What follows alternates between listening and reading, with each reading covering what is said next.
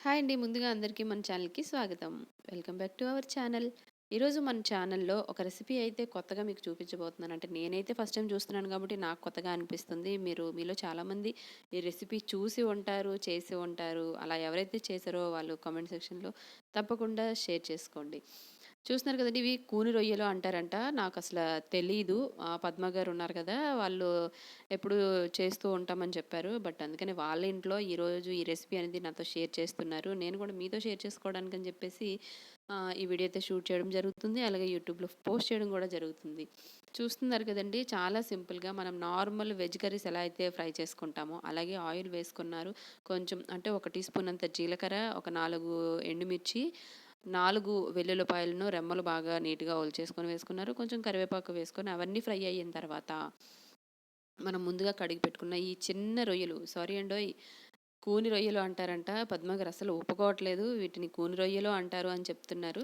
అలాగే ఈ రొయ్యలు ఫ్రై అనేది మీరు కూడా ఈ రొయ్యలు దొరికినప్పుడు తప్పకుండా ఈ స్టైల్‌లో ట్రై చేయండి. చాలా అంటే చాలా బావుంటుందని చెప్పారు. ఆవిడకి అడిగారు, ఈవిడ వండారు, నేను తింటానన్నమాట. దేవరికైతే అసలు రాదట, ఎప్పుడు కూడా చూడలేదు. సో, మనం ముందుగా కడిగి పెట్టుకున్న ఈ కూని రొయ్యలను ఈ కళాయిలో వేసేసుకొని కొంచెం లైట్‌గా ఫ్రై చేసుకోవాలి. అట్ ద సేమ్ టైమ్ మనం పసుపు, ఉప్పు, తగినంత కారాన్ని కూడా వేసేసుకొని ఫ్రై చేసుకోవాలి. ఇది కొంచెం మనం సిమ్‌లో పెట్టుకొని ఫ్రై చేసుకున్నట్లయితే కొంచెం వాటర్ అనేది ఎక్కువగా రిలీజ్ చేస్తుంది కాబట్టి, ఈ వాటర్ డ్రై అయినంత వరకు ఫ్రై చేసుకుంటే సరిపోతుంది.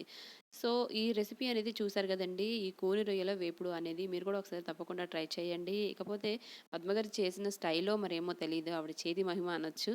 ఈ రొయ్యలనేవి నేనెప్పుడూ తినకపోయినా, ఆ రోజు తిన్నానండి. చాలా అంటే చాలా టేస్టీగా ఉంది. ఇది మనకి వేడివేడిగా ఉన్న టైంలో రైస్‌లో వేసుకొని తింటే చాలా టేస్టీగా ఉంది. సో, ఫైనల్లీ ఈ కూనీల ఫ్రై అయితే కంప్లీట్ అయ్యిందండి. తినొచ్చేసి పద్మ గారు వాళ్ళ సిస్టరు. తనకి ఈ ఫ్రై అంటే చాలా ఇష్టమంట. అందుకని చెప్పి మేము టేస్ట్ కూడా తనతోనే చూపిస్తున్నాము. తను కూడా చెప్పారు చాలా అంటే చాలా యమ్మీగా ఉన్నాయని చెప్పారు. సో, మరిన్ని ఇలాంటి మంచి మంచి సింపుల్ అండ్ క్విక్ రెసిపీస్ కోసం మన ఛానల్‌ని తప్పకుండా సబ్స్క్రైబ్ చేసుకోండి.